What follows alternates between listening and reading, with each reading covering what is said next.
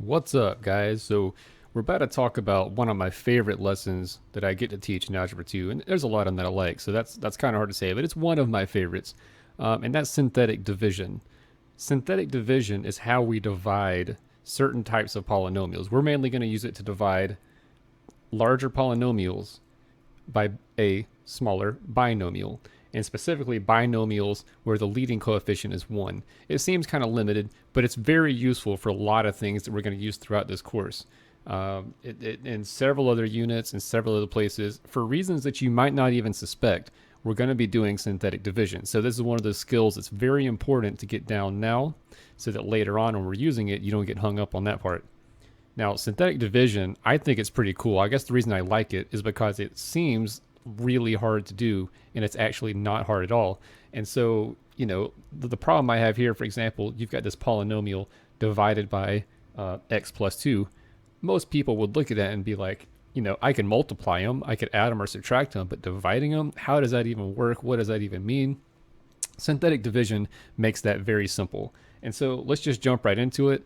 I'm going to kind of do some things that you may not understand why, but we'll go back and explain what's going on. The process is actually not bad at all. So the first thing we're going to do is we're going to take out of the binomial, I want to take the zero of that binomial, or the root of that binomial. They mean the same thing. And that means the number that I would plug into that binomial to get 0. Now, some people would say just change the sign of whatever this number is. And technically that's correct. But it's important to understand that the number that I would plug in for x to get 0 is -2.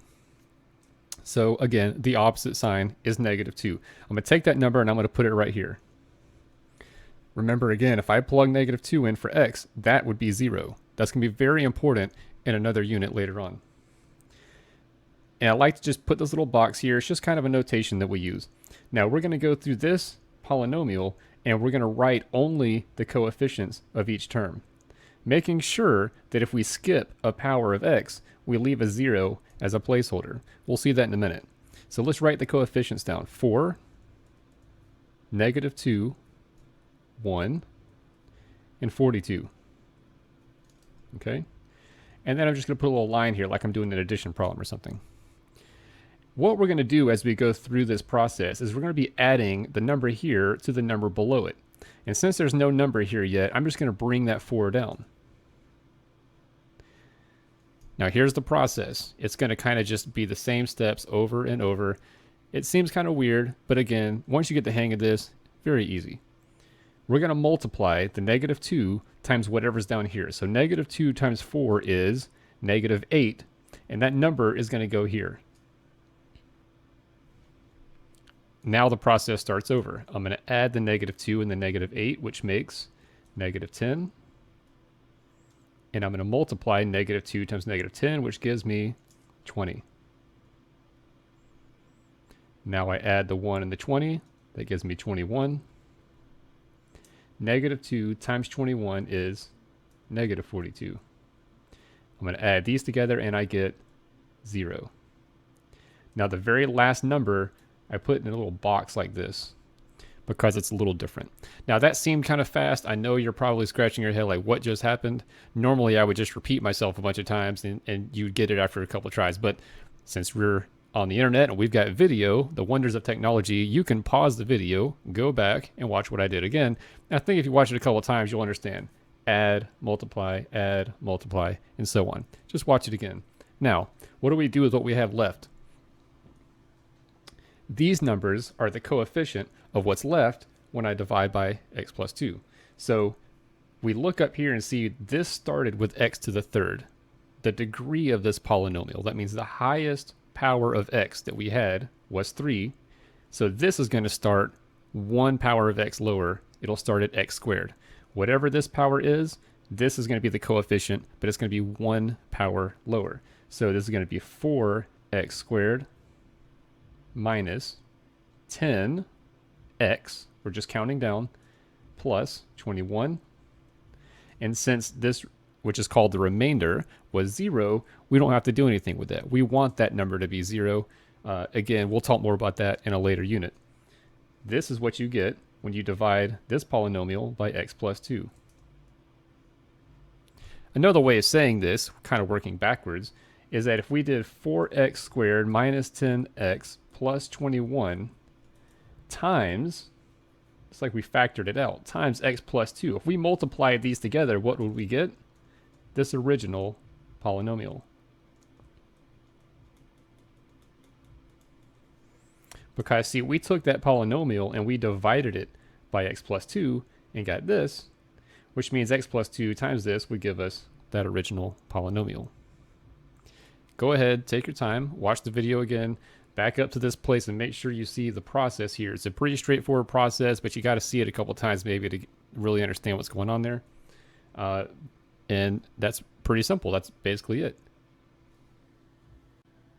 Okay, so let's look at a slightly different example, and we're going to follow the process again. What number would I plug in here to get 0? Or, like some people say, change the sign of the -3. I'm going to put a 3 here. Again, I think it's really important that you understand we're not just changing that sign, we're saying what number would make this 0. It's going to be important later. The 0 for this binomial is 3.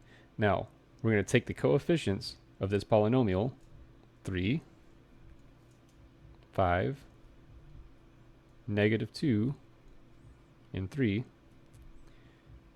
and then draw your line. Since this went x to the third, x squared, x, and then a constant, I didn't have to put a 0 anywhere. We will see an example in a second where we have to put a 0 somewhere. Be very careful about that because people will make that mistake. Bring this 3 down. 3 times 3 is 9. 5 plus 9 is 14. 3 times 14 is 42. Add these together and get 40. 3 times 40 is 120. 120 plus 3 is 123. Now, unlike the last example, and this is the big difference here, we got 0 before. We did not get 0 this time. And again, this number is what's called a remainder, and you'll see how that works out here in a second. So since we started at x to the third in our original polynomial, we're going to start 1 power lower. So we're going to take the 3, and that's going to be the coefficient for 3x squared, 1 lower, plus 14x, we just count down from there, plus 40. We should end on a constant. And then we've got this remainder over here. And what we're going to do with that remainder is we're going to say, since it's positive, plus 123 divided by whatever you divided by, which was x minus 3. Now, why in the world would we do that? Why this seems like a really weird thing to do? Well, actually, it's not weird at all, because that's actually what happens with remainders. Let's think back to elementary school for a minute. Let's take an example. In elementary school, you may have seen a problem like this. Maybe you did 25 divided by 7. And before you learned about decimals and fractions, you talked about remainders. And so how many times does 7 go into 25? Well, it goes in 3 whole times, but it has a remainder of, well, since 21 is the closest multiple, it has a remainder of 4. And for a while in elementary school, I know I did, maybe you did too, we used to write. It goes in there 3 times with a remainder of 4. Well, eventually we start talking about mixed numbers, and we'd say, well, that's 3 and 4/7. 3 and 4 when you divide by 7. A remainder of 4 when you divided by 7. We had a remainder of 123 when we divided by x minus 3. This is the same thing, and that's all we're saying. What this means is that x minus 3 is not a factor of this polynomial because it doesn't divide evenly into it, so we have this weird remainder. Now, if you remember from our rules of polynomials, this is technically not a polynomial because it has x in a denominator, which means, again, this polynomial is not factorable by x minus 3. X minus 3 is not a factor of this polynomial. It may contain factors, but x minus 3 is not one of them. In the original problem we did up here, the x plus 2 was a factor of our original polynomial because it divided out neatly and had a remainder of 0. We know it's a factor because you can see we wrote it in factored form here. This must have been a factor because if we multiply these, we get the original polynomial. All right, so very quickly, one more example, just to highlight an issue I brought up earlier. We're going to do synthetic division. I'm going to change the sign here, or what would I plug in to get 0, -1. Now, as I read down this, I'm going to start with 4. And watch, x to the third, x. Do you notice that we skipped a term? There is no x squared term here, but we have to put a placeholder for that. This will mess people up all the time. I see on tests all the time people miss this.